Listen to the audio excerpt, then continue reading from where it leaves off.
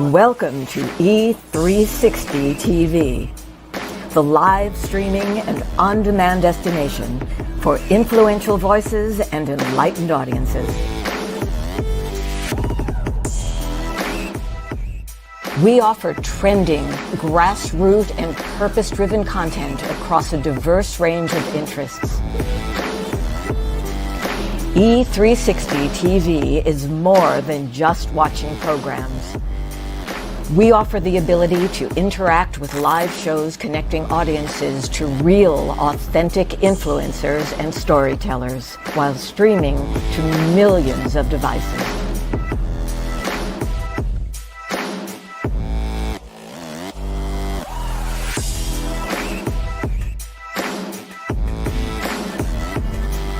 Real experiences. Raw conversations. One destination for it all. Hello, hello, hello. I have a question for you. Have you ever felt completely lost? You know, seeking purposeful direction that could and should propel your mission within your divine journey to that next level, but still it hasn't happened. Well, my name is Lauren Michaels Harris, and I'm the founder of P3, the Journey series. People come to me because they're wounded. Many are scared, and even there are those who are bruised simply because they feel that they are increasingly, for whatever reason, losing their ability to dream. Now, this P3 program is not for a person who's just looking to start a business, no, but rather for those of you out there who have been on your journey and you've been navigating within your divine purpose, but you still desire to elevate to that level that you have not reached yet. If this is appealing, if this describes you, then I want to have a chat with you. I want to hear your story. So use the link below to get registered for your free seat at P3, the Journey series. And let's get started, one story at a time. I'll see you inside. Click the link.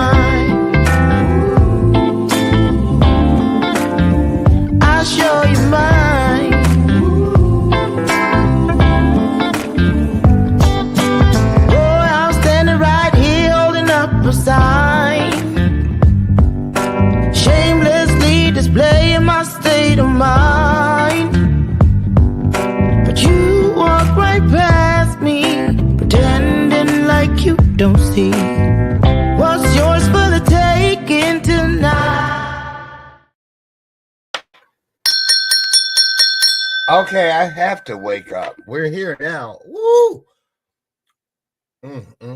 Good googly moogly.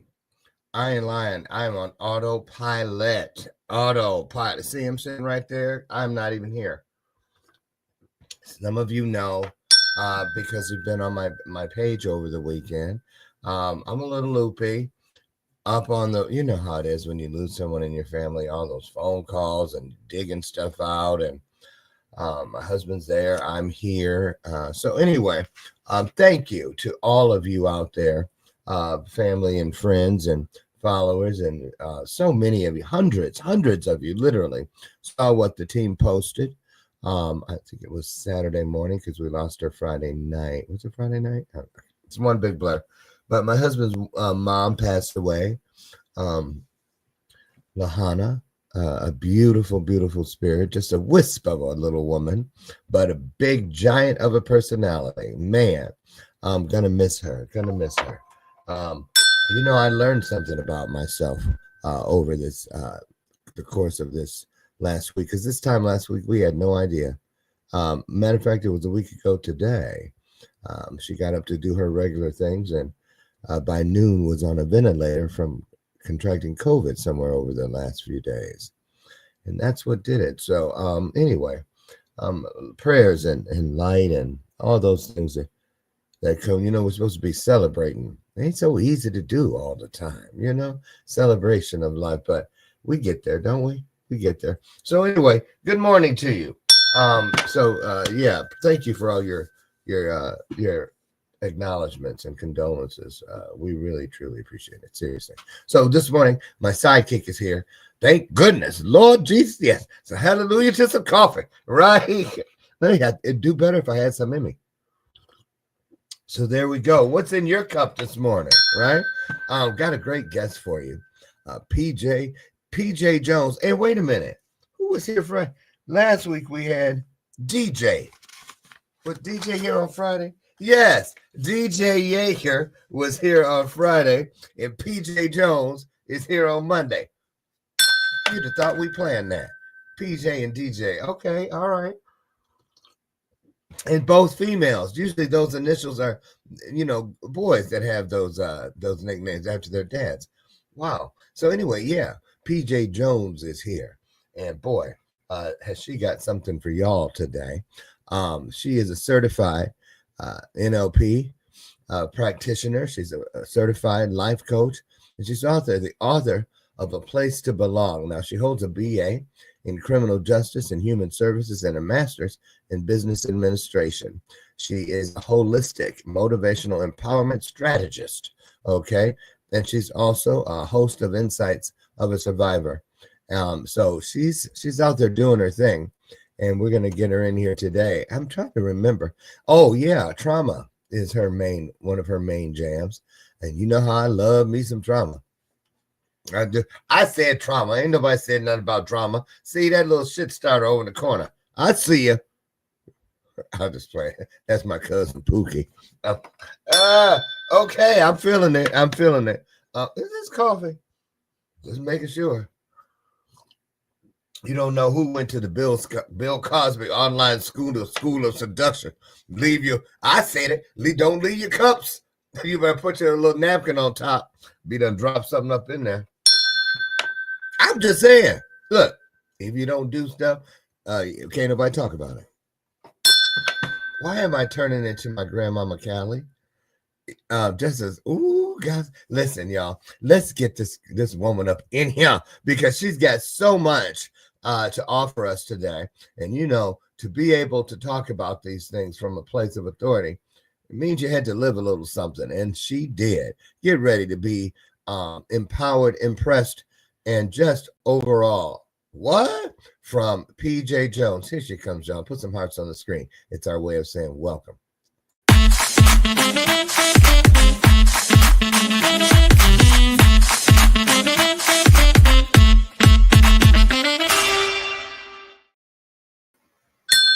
Good morning, Miss PJ Jones.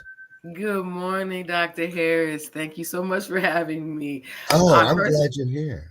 I first want to offer my condolences. I'm so sorry for your loss. So there's never any words that you could say that's going to help anybody through these times. So just thank you so much for showing up for me today through your times. Of course. And thank you. My goodness. I was asking you, going like this, picking on you before we came out here, asking you, where you going to start? Where you gonna start? And I know that man sounded like what is wrong with him? Well, the only place to start is at the beginning. But you'd be shocked at how many people can't go all the way back to the beginning or once upon a time. For whatever reason, it seems easier to skip ahead. And so good for you. So I'm going to do what I usually do, PJ, and that's dip out for up to 60 seconds so that you can kind of just, start the show by just sharing what's on your spirit today. What'd you wake up with on your heart? And then I'm going to come back in and we'll officially get started, okay? Okay. All you, take it away. Take it away.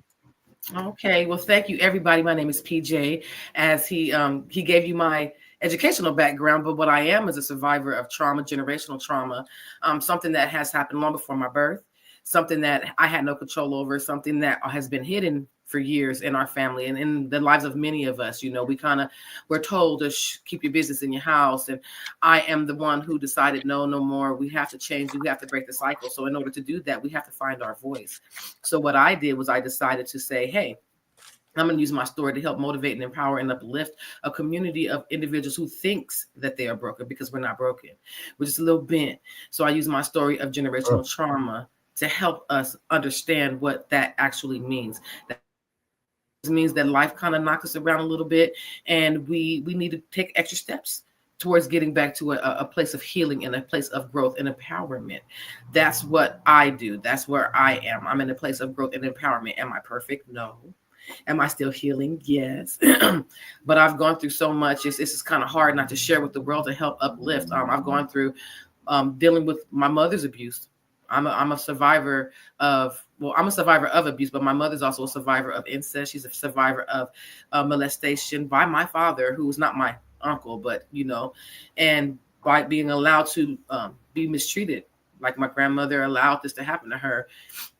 And that was taken out on me. So I had to fight through her demons, then fight through my own to get to where I am today. So that's what I do. I share a very, very surprising, traumatic story to those who needs to hear it, so that they can understand that their journey has a light at the end of the tunnel too, if they put the work in. Absolutely. Now you got me. I'm like, wait a minute. I'm wondering, do I have the story straight? Because I've been running my mouth. I'm just telling you, I told everybody I ran into in my family. Ooh, guess what? PJ gonna talk about on the show. I see some of them are watching. Matter of fact, 771 are watching right now. And get your pen and papers right. Yeah. So you said something about your mom. What is the connection between this man, which is your father, uncle, sister, cousin's friend, lived next door to Miss Johnson, the freeze cup lady, not to be confused with Clarice, her sister, who used to, let me stop. Okay. But you know what I'm saying? It's a lot of twists and turns, ain't it? It's a lot of twists and turns. Okay, take it there. My mom's first encounter of being violated was when she was 5 by my uncle. That is not my father. It was just kind of a backstory of the fact that, my grandmother didn't know about this happening. And because of generational trauma, she thought it was okay because it also happened to her. Right. So when my mom goes to my grandmother's like, you keep your business in your house. My father, who was the pastor of the church that my mother and I grew up in, was my mom. Grandmother was his mistress because he was married to the first lady. Okay. And he took a liking to a couple of my grandmother's 10 daughters, because she has 13 kids, 3 sons, 10 daughters. Wow. One being my mom when my mom was 8. So my uncle isn't my dad. Wait. What about when your mom was 8? My mom was 8 when my father actually began to molest her. He was 46 years older than her. So he was in his 50s, I believe, when he started to molest my mom.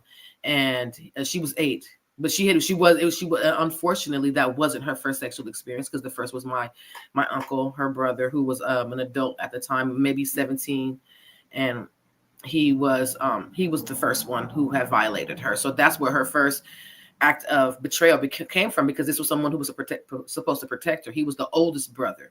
He was her eldest brother, and he was supposed to keep her safe, but he was the one who betrayed her at first. Then she went to my grandmother, who then betrayed her again and told her, if you tell anyone, then you're the one that's going to be punished for it. We're going to beat you. We're going to beat your ass, pretty much. Ooh. So my mom knew then at that age that her body wasn't her own. Then she became my father's property. My grandmother allowed him to basically take pick of her children, and he did molest more than just my mother, but my mother was the one he actually took a liking to, and my grandmother made her service him in any way that he wanted. As the pastor of the church, the head of the flock, you're supposed to be obedient to the man of the community, and he was very bad to my mom, and my grandmother was as well. So eventually he ended up having my mom live with him. My grandmother had him live with him. My stepmom, who was a beautiful woman, she was a victim of his abuse as well. Had to stand by and in her home allow this man to basically for years, decades, beat, molest, and rape my mother. Right, and out there of in that, her home. yes. So do you struggle with just using the terminology first lady of the church? He was in charge of the flock. Yes. When Yes, I really do.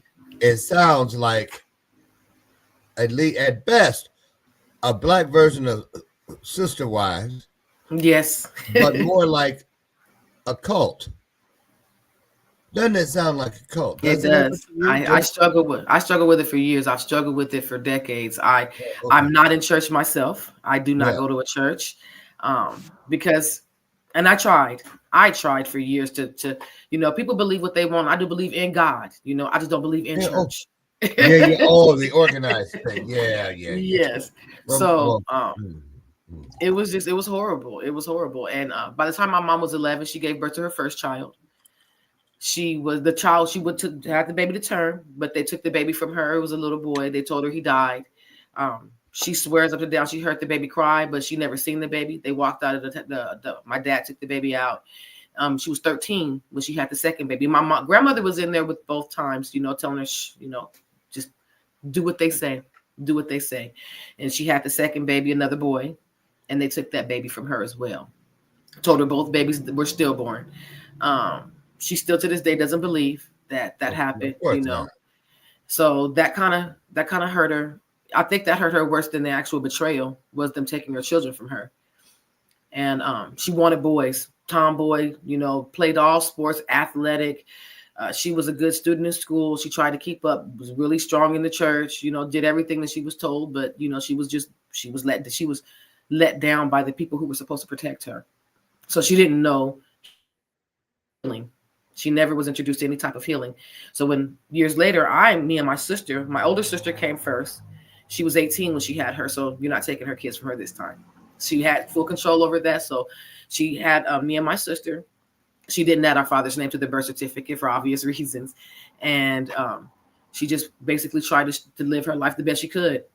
She raised us in that church with this man. We lived with him a lot. He never touched us. We didn't know anything about him in the negative. Yes. We grew up in his church. He was the pastor of the church. He had us sit in the front of the church, me and my sister. We never understood why he took so much interest in us. We never understood about the whispers behind us, people telling us we look like his daughter, which I look exactly like his daughter. And we never understood. We just kind of, we had to call him daddy, dad instead of reverend. We never understood why. But we just did what we were told. We were children. As a young child, we could tell the difference. We were treated differently, me and my older sister. As a newborn, I think I was 2 or 3 days old. Somebody put something in my bottle, poisoned me, and I spent the first 10 months of my life in the hospital. I died 3 times. What? I still have the scar on my neck right here from having a tube down my throat because I died 3 times before I was 1. I was in the hospital the first 10 months of my life. Yes. I've heard different somebody stories. put something in your bottle, and y'all laughed when I said the Bill Cosby online school. Watch what they put in your cup, man. Because That's what I'm saying. And the baby's not even safe. Right. I don't know what it was. But I've heard stories, and it was horrible, and no one came. The only person that actually did show up was my biological father, the pastor of the church. And I basically suffered in there alone. My mom had to sit in there and watch me shrivel away from an 8-pound healthy baby girl to almost I wasn't even a pound by the time the doctors were ready to just let me go. I don't know what happened. Someone poison a baby? The story that I was told was I was crying too much. I was sick. I didn't feel well or whatever. I was crying too much, and that it wasn't meant to kill me, just to make me shut up.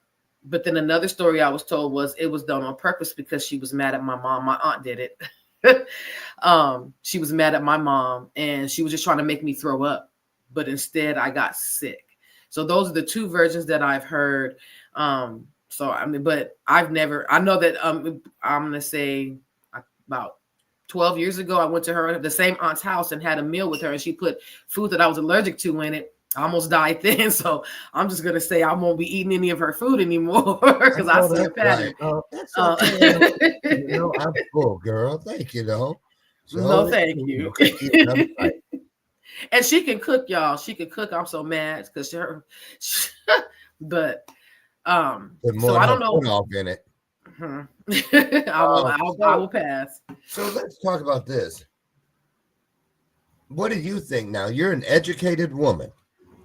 When you look at these players in this drama, slash horror story, I'm just keeping it real. Yes. Do you identify any signs that you would point to and say, yes, definitely dealing with some heavy mental health issues here? Definitely. Oh, very much. Definitely. That's the thing we don't talk about in the African American, not even in the church, in the house, nowhere. The only thing they say, remember back in the day, we would hear nervous breakdown. Her nerves bad. Something like that. We need to pray about it, though. Just take it to the Lord. Take it to the Lord. That's a big one. My family still in the organization. Well, we just gonna leave it at the feet of Jesus. Where's he at? Yes. Okay, so I mean, I believe in prayer. Don't get me wrong. Yes, I do. But shoot. It's not the only thing you're supposed to rely on. Right. What I tell people is the Lord made therapists. He created therapists. He created the medication to help you. He created all the tools that you need for you to be able to get the help that you need. He didn't say, come take it to his feet and leave it there. He said, you have to do the works. Faith without works. See? Yeah. So they like to take it there. So it's not that I don't believe. I just don't believe that that's the only place you leave. But definitely. Thank you. Mental health is really, really bad in my family. I mean, my grandmother struggled with it. My mother struggles with it. All of her children, all 13 of my grandmother's children struggle with mental health. They all have substance abuse issues of some sort, way or another, whether it's opioids, alcohol, crack, cocaine. I mean, all of my grandmother's, I'm not going to say all of them, but a big chunk of them, including my mother, struggle with substance abuse issues because of the abuse that they had to deal with as a child. They didn't have any type of therapy. Never, ever, ever. As adults, I believe that they go now, but when they needed it the most, no. What have you learned, PJ, as far as how large families, or if anything, because you seem like you're a research guru to me. Like you be, Auntie, for no particular reason, I'm asking, but you recollect any, and then you go and write it down. You keep it right. I can just see it. So, what are you starting to see some type of a pattern? To what do you attribute the widespreadness of this? Is it just because of so many people? Is it how, and do you believe this is a thing that's bigger than we know? Even it seems like we never stop hearing these stories. We never stop hearing. I believe it is a problem. It is. It's because of it's the pattern that I see is the silence. They shame the victims into silence. They make them feel like it's their fault. And big families or small, it's easier to happen in a big family because kids can be overlooked. My grandma had 13 children. It's hard to keep up with 13 children, and unfortunately, us as women, we are taught that we have to do what we have to do to survive. There are no actual rule books to say what you should do. So some people feel like it means to survive because my father was actually helping my grandmother with all of her children. He was paying her rent and her bills. So in her mind, she was doing what she needed to do to survive. And my mother, unfortunately, was one of those things that she needed to take one for the team. you know. So we weren't taught that, you know, to survive. If anybody gonna lay down, excuse y'all, mom, I'm very blunt. Anybody gonna lay down with this man or this woman to make sure my kids is taken care of, it's gonna be me. My kids should not have to bear the burden of my responsibilities, but that part wasn't ever explained. That part wasn't told, that, you know, you spread your legs and have these 13 children. You need to be the one to take care of them. Your daughter shouldn't be spreading her legs as a baby to make sure that her other siblings have a roof over their head. Because like my uncle, he's about 5 or 6 years older than me. He's like, that's my daddy too. Your daddy, my daddy too, because he raised my grandmother's children as well. So, I mean, the close-knit link between my families, both daddy and mother side of the family, is like it's all just one giant, huge, because my dad's side is big and they're intertwined. My uncles call him daddy. My aunties call him a monster. My grandma call him her ex, you know. All and these my different dad's side of names the family for the same person. For the same person. And my dad's side of the family, like when my grandmother recently passed away last January. My daddy's side and my mama's side of the family was at the funeral. Like they all just lost the head of their family. I did not go because that would have been too much for me, both sides of my family. But yeah, I do feel like there is a pattern. There is something that needs to be addressed in these large families, allowing this to happen to these children. And they need to make sure that everyone who's gone through this trauma sees someone for help, because if we keep being told to be silent about it, the problem's going to just keep growing. Right. Breaking the silence. So where does that place you? Black sheep, whistleblower, turncoat, she can't hold water, always talking shit, starting stuff, she gonna tear this family apart. All of surprisingly, the only thing I've gotten called was the media. The what? You the media now, you know, the media. The media. Oh, you want to see something? Oh my God. This one. Yeah. Right here. Yep. But how I addressed that is basically to tell her, this is my story. I'm not making up anything. And you said something right before you put me on that makes a lot of sense. If you don't want anybody talking about it, you shouldn't do it. You shouldn't do it. My mom, she did go through what she went through, but then she turned around and used that to abuse me. I was the only one she beat as badly as she did. Broken nose, broken ribs. My ribs broke by the time I was 5 and told shut up. Why? You know? I look like him. I act like him. I have a lot of his mannerism. I look like his sister, his daughter. My dad has 9 children by I don't know how many different women, but I'm the baby. So I was his favorite. He loved me. Like I said, he never mistreated me. The best years of my life was when my father was alive. When he died when I was 11, that's when things got bad, because it's like she punished me for the things he did to her. Instead of her getting the help she needed because she was a victim, she also suffered from Stockholm syndrome. To this day, she's in love with my father. To this day, every time I talk to her drunk, all she talk about is him. Your daddy this, your daddy that. And I'm like, Mama, I didn't do it. I was 11 when that man passed away. I didn't do what he did. I even had to apologize to her. I'm sorry for what he did to you. I'm sorry that you have to look at my face and remind you of what he did to you. But I, your child, did not do this to you. I, your child, needed the love and support of what I was going through, you know, because my family treated me like an outsider because of it. Everyone knew this man was me and my sister's father, except for me and my sister. So instead of her going to get the help that she needed, she put me in therapy. She did put me in therapy as a pathological liar. Excuse me, y'all. I live in Costa Rica, so if y'all hear a motorcycle, just disregard it. They don't have boundaries here. Oh no, I'm joking. I love this place. But she didn't. See you when I'm coming there. I did see that, and I want to see you when you come. Yeah, coming there for Charles Maddox's menopause docu-series. Yeah. Yes, I would love to see you in person. Ain't that something? Would have never thought I'd have known somebody. Pura vida. See? Now what? Now there's another thing. I bet who she thinks she is, all boozy, done moved over to Costa Rica. We can't even go to the beach. Good. And she done moved over to Costa Rica. Always thought she was something. So sorry, you. So what's that all about? How'd you end up over there? Me and my older sister, basically, she wanted, because we're tired. We're tired. Like, we've gone through so much And You my said sister said, let's just go. We tired, not retired. Not retired, just Right. we are tired. Tired, y'all. We tired. We We told out from tired. the floor. So what y'all tired of?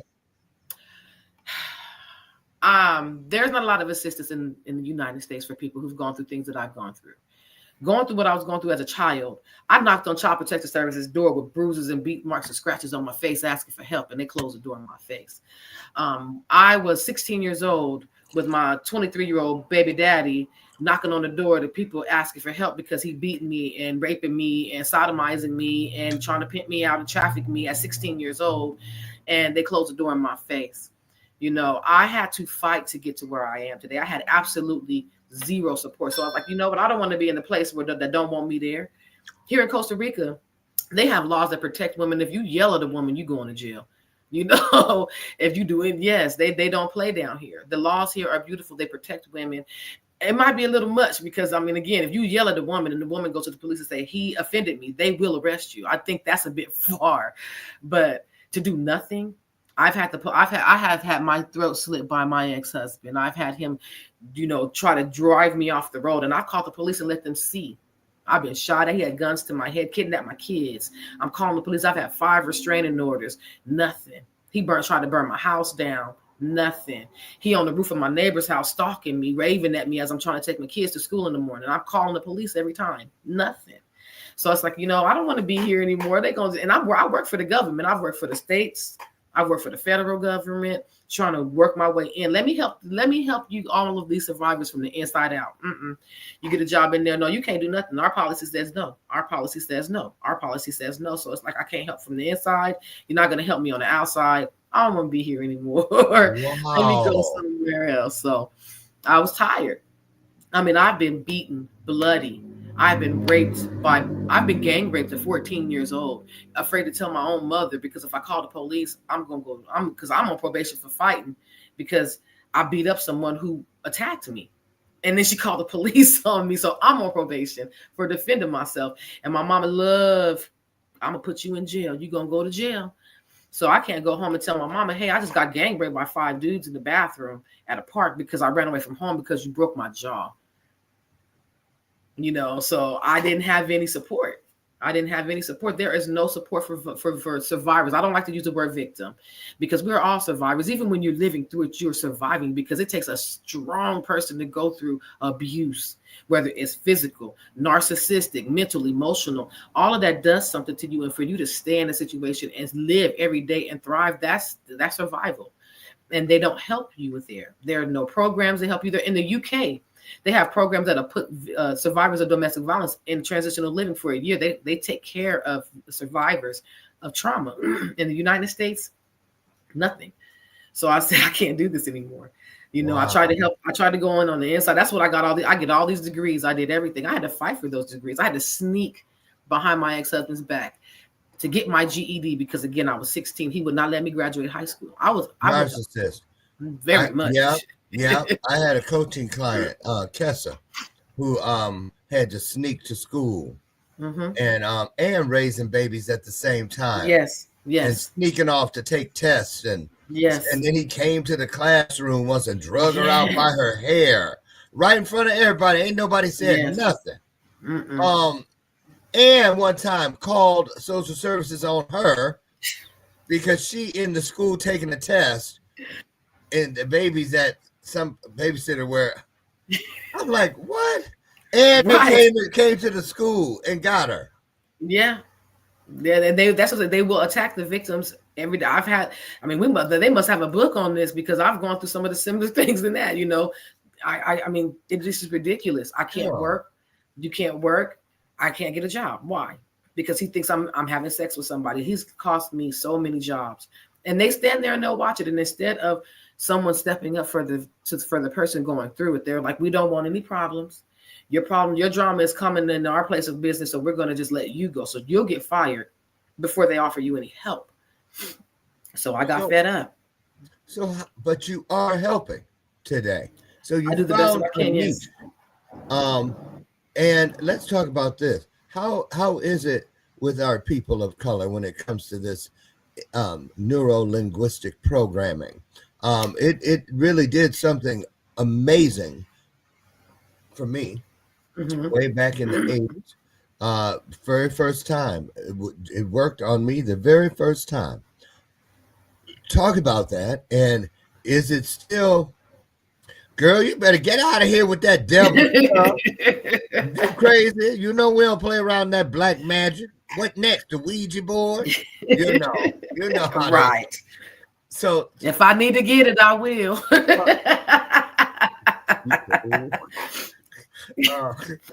Here, let me. There you go. There you go. Oh, you crazy. Tell me. No, but that's a real thing sometimes.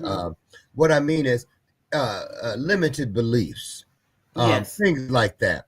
How are you seeing that that's helping keep the wool pulled over our eyes? When are we going to wake up to what's really going on? And how do you stay vested in the fight when you feels like nobody gives a shit? I'm resilient. As you see, I bounce back. I mean, all the things that I told you that I've gone through, I ran every time. I never gave up. So it's just, I do see it coming. It's still a pull with our culture, because we're so used to the same things, but there's interest in it. They're willing to at least allow me to explain that I'm not trying to reprogram your brain to turn you into a clone or something. I'm trying to help you reframe the way you think so that you can take this abuse and the trauma that you've gone through and turn it into something that you can use to help yourself survive and heal.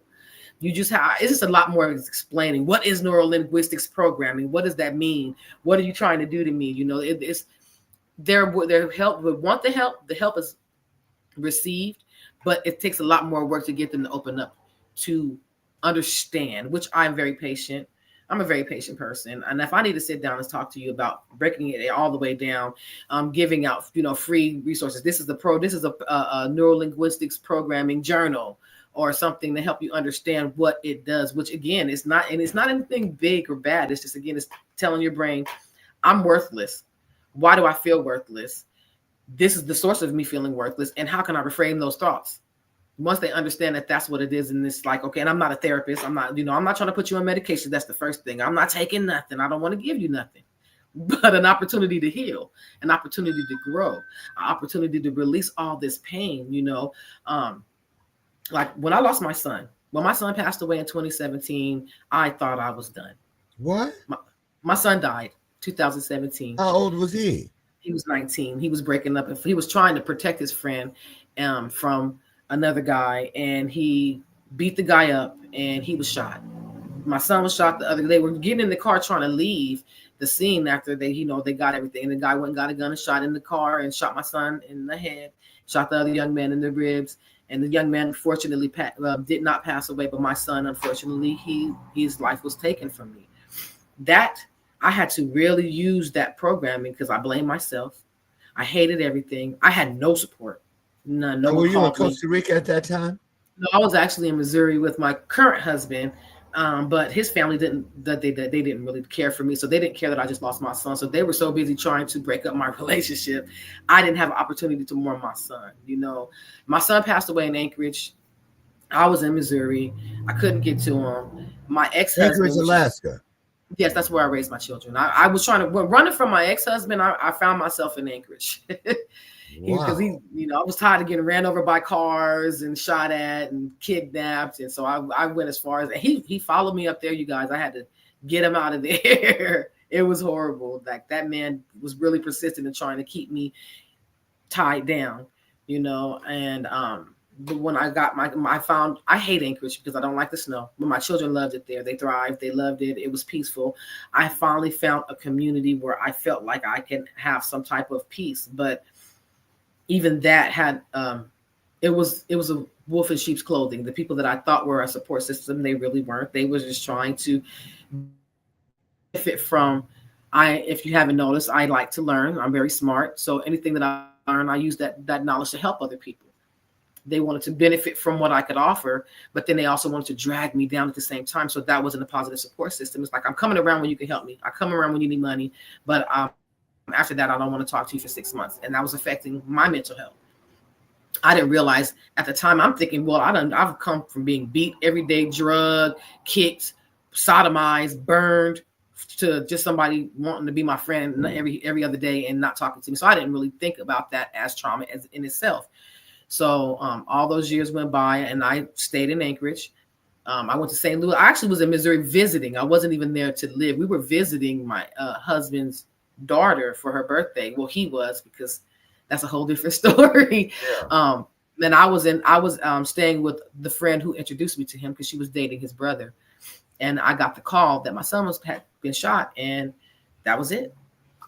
He was gone. My ex-husband stole his funeral money from the church. So I did not ever have a homecoming for him. I have his ashes sitting right here in front of me. I keep him. I take him with me everywhere I go. But at that point, I said, okay, I'm done. I needed to reset. That's when I decided to start my healing journey. That's when I decided, okay, I need to change something, because even though I left the traumatic, I got out of this abuse. I'm no longer speaking to my mom for real, because she's such an alcoholic that I can't. Every time I talk to her, she's drunk. She cussing me out, calling me hoes, calling me bitches. I'm like, okay, I love you too, mama. So I can't do this. You don't want me to be your kids. The minute you stop drinking, because she gets very violent when she drinks, you can see my kids when you're sober. So but I ain't gonna be making any more bitches. No more. And I ain't gonna be too many more hoes. Oh, that one. Yes, man. Yes, I ain't gonna be too. You got one more. You got right. One more. I'm gonna go out on a limb here, but I think your days of calling me a bitch is numbered. Oh, they over. I don't even talk to her. Like, the last time I spoke with her was not that long ago. What she'll do is she'll call my sisters, and they'll be like, "Mama's trying to call you," because even though my mom beat me, I was the only one she beat, but she was very much narcissistic. She was very abusive verbally and emotionally to my older sister. My older sister needs to take care of her. She needs to take care of her. She cannot see my mom. Even though my mom makes the decisions that she makes, she does what she does. She had a job. She was a functional alcoholic. Thank you so much, Miss Lori. She had jobs. I didn't grow up poor. I didn't grow up in poverty. We grew up nice. I didn't realize we grew up as well as we did, because I was being beat by this woman on a regular basis. But she's never been homeless. She's always worked. Financially, we were good. So now my mom decides she wants to let her drinking cost her job. She homeless. So that's why my sister didn't come to Costa Rica. We can't just leave mama here. Watch me. Watch me. She didn't care about me being 14, sleeping in the streets, 15, sleeping in the streets, 16 with a pedophile. She let us do what we do. I'm not responsible or obligated to do anything for this woman. I tried to help her. I actually have tried to help her. I offered to let her live with me, but she got to get help. So how do you maintain these crisscrosses? You know what I'm saying? It seems like, you have 10% of this one, 30% of that one, 14.333% of that one. How do you ascertain what is a healthy boundary or not? Because it seems like some of them continually move closer or further away from the line you have drawn in the sand. No, well, my cutoff game is strong. If you cannot respect my boundaries, and as much as I love you, I'll cut my kids off. I love my kids. They're grown. They came out here with me, my granddaughter, all of them. But if you are affecting my process of healing in a negative way. Lord be on that. You don't put the scissors. Cut off game. My cutoff game is strong. I have no problem. I've cut off people with no explanation. Because if I ask you multiple times, these are things that you're doing that's affecting my healing, and you can't respect me enough to respect my healing. My cutoff game is strong. Go. Things that do not serve us must go. Period. Must go. And I used to feel guilty about it, but I'm learning in my journey that if they value the relationship, I'm not asking you to, bend over, but let me bend over so you can kiss it. No, just there are things that you do that I need you to not do. If you cannot do these simple things, like one person, I don't like when people just walk up to me and grab me on my butt. Don't touch me. Okay. Don't touch me. Well, you know, So I used to have a little problem with that, but in my 60s, I'm like, if you like it, I love it. Go get your hand full. Right, I'm just playing. And I was, I was at that point too, but it got to a point where I was like, oh, because she went too far with it. She's sticking a finger in there, and I'm like, girl, I ain't with you like that. Go. That a good game is a good game, but damn. Right. Too far. Look. So what I was wondering, I even tried. I said, I'll try to, because I'm really good with communication. If you don't stop, I will cut you off. I tell people flat out, this is what I am. This is what I'm about. This is who I am. Yeah. You do not have to talk to me. I love you no matter what. I have a friend right now. I talk to her once every 2 or 3 years, and we'll talk on the phone for 3 hours like we haven't missed a beat. I have people who feel like they need to cling to every word that I say. If that becomes too exhausting, I will start backing up. I have to respect my own boundaries. Talk about this. I Survived Domestic Violence.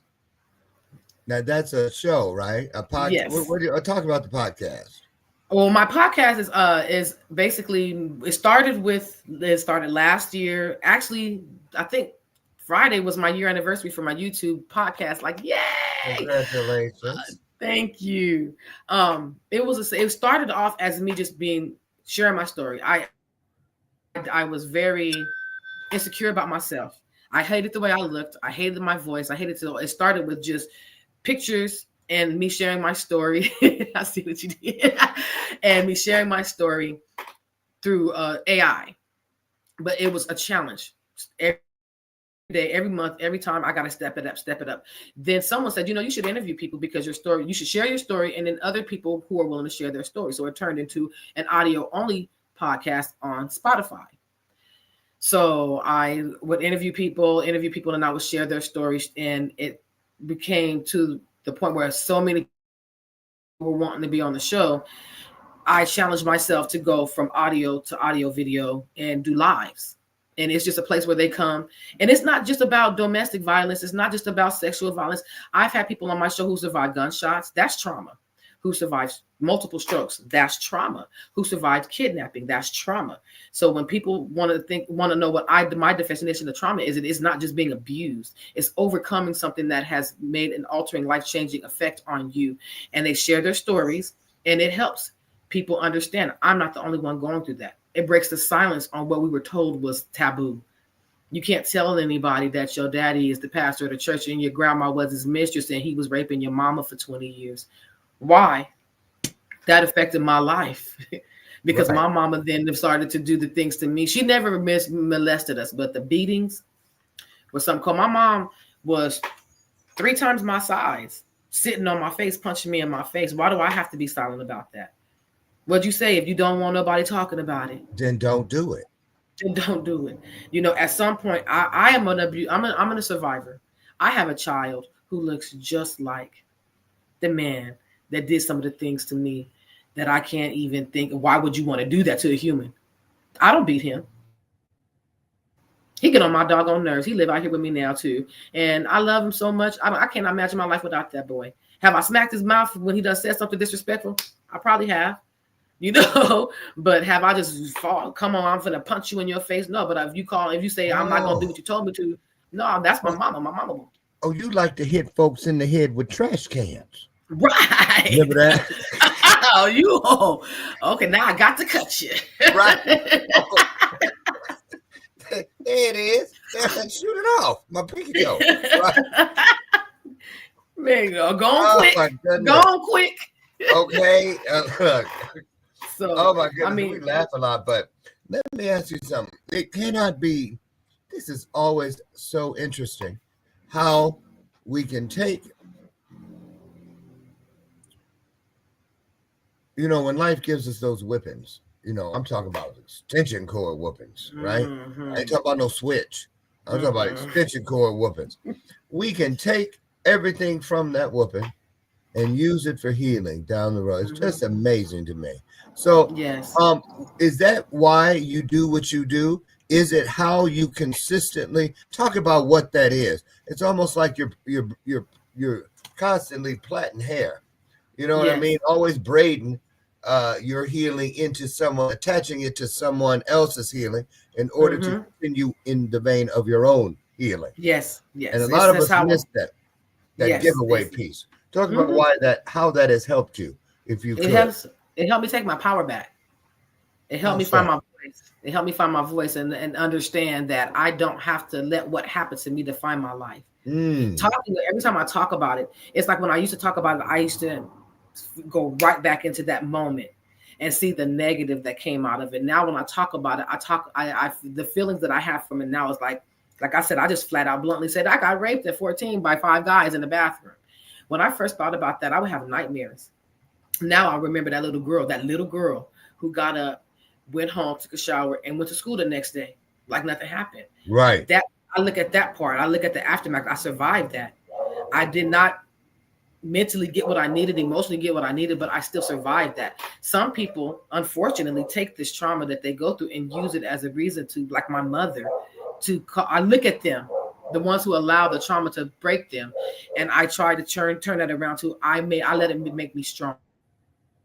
I didn't let it break me. And now I want to use that as a tool to help show others how I use it to help me, rise. Because even at 14, I knew this was not right. Even at 11, when I tried to hang myself, I knew that it wasn't right. I knew that it wasn't right for me to go through that. So I had to take that back. And by doing this, it's showing me, no, you're not wrong. No, you did not do anything to deserve all of this stuff that happened to you. And it also helps me understand that my mother, my father, my ex-husband struggled from mental health conditions, and it's helped me forgive. I forgave them. See, I forgave myself. That's exactly what I was hoping we could go into as we get near the end of this hour, is getting to the part where did you find your power? And when you opened up your hand, what was inside of it? And I was hoping you'd say forgiveness. And you did. You did not let me down on that one. Talk about the importance of for real forgiving. I'm not talking about filing away an index card and telling Sandy to pull it out. So this so this here what you we did. go there. I remember in April 1984. you said, right, and now here your ass getting ready to See, that's not true forgiveness. No. How important has forgiveness been in your journey of overcoming? I mean, it's been one of the most important things that I could have done, because if without forgiveness, I wouldn't have been able to let it go.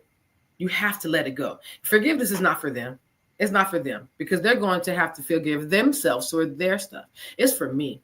It's to let me know, for one, I know that you didn't have control over yourself. That doesn't give you a right to do what you had to do, what you did to me. But until I learned how to understand why and what it was, I couldn't move past it. I'm a why person. Why'd you do this to me? Why? And once I understood why, I had no choice but to forgive them, because then something was telling me that you went through what I don't know what your story was. I don't know, Dr. Harris, I don't know what your story was. And if you call me out my name right now, I don't know what's going on back there. So it helps me understand the human mind. Like, no one's perfect. And it helped me understand if they're not perfect, they couldn't expect perfection out of me. I'm not perfect either. So my flaws and my mistakes are not something that I need to kick myself for. I know that's just something for me to overcome a little bit more. Right. So that's more NLP, more reframing the way you think, more understanding that once you know that this is the source of the problem, you can move towards the next step. Exactly. And because when you can understand something about it, that means it has something to do with you. But like my birth mother, thank you, Lucille. She said to me moments after our initial reunion of being apart for 35, one of the first things she laid out there was, look, you're going to hear a lot of stuff here in this family now that you've returned from the dead. She goes, but remember this, if you ever hear anything, boy, and it don't make sense to you, don't try to figure it out. It's because it ain't got shit to do with you. Keep it moving. Don't drag somebody else's whatever behind you. And I've never forgotten that. PJ, I just love it. So you have several roads that we're trying to get people to to travel down to get to more of what it is you offer people to help them in any way you can. So right there on the screen now, tell them about soulfulresiliencejourney.com. That's the website. Where are they going to find when they head over there? They're going to find the story about me. They're going to find my coaching, because I am a coach to help with trauma, holistic. I also help with grief. That's something new that I haven't had time to kind of work on yet, but I want to help grieving parents as well. But right now, my focus is also on trauma. They're going to find a way to book with me. I have a free 15-minute free consultation that we can kind of, if you have any questions, if you're nervous, because a lot of people don't really understand what coaching does. So if you have any questions, if you have any concerns, or you just want to kind of trauma dump on me and let's see what program will be the best for you, that's what you'll find at my soulfulresiliencejourney.com website. It's going to be a way to reach me. You can contact me even if you don't want to book. There's a contact me link at the bottom. Okay. I'm going to also be including soon, because I'm still working on it, my link tree, which has the way to get to me through my Facebook. To be a guest on my shows on my link tree. That's going to go on my website probably by the end of this week. And we will drop that link tree in the comment section, y'all, for easy access. Yes. Yeah, the link tree is the best. It's the best right now. That one in there because it's got all of them. Everything. So we'll do that for you. And then in there, you're going to find also the YouTube link, which you see, and YouTube link, Instagram, and there's a couple others in there as well. Articles. I've written articles, access to my book. All of that is in my link tree. Perfect. And we will get that inside the comments. So you guys look in there for it. I promise you we'll put it there.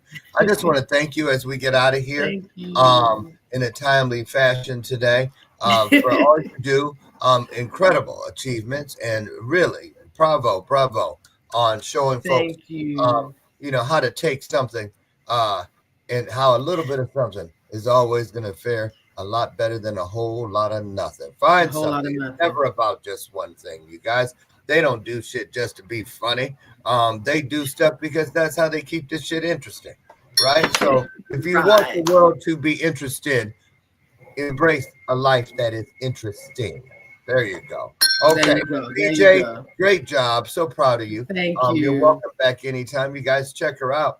Listen, tomorrow we have the Growing Intentional Families Together, a group of women who have taken their own experiences in foster care and adoption and moved it so that they can move the needle of providing intentional families with intentional family members, i.e. adopting in a real world way, in a real world. Come in tomorrow and find out more about that. And I promise to meet you over on the front porch, God willing, for another opportunity for us to have an illuminated conversation. Now, get out of here. Do not let my screen door slam on the way out, okay? And remember, Dr. Lauren absolutely loves you, and there's not a damn thing you can do about it. I'll see you tomorrow. Have the best life ever. Thank you so much, PJ. Great job. Thank you. All right. Y'all, get out there. Make it. I'll see you. Bye-bye, y'all. Thank you. Knocked it out. Knocked it out.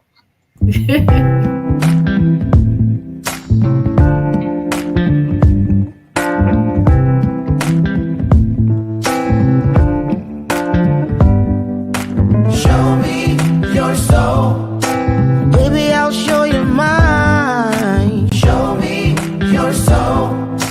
Honey, it's way past time. How expensive do I have to be? Need I spell it out before you get it, baby? Show me your soul. And honey, I'll show you.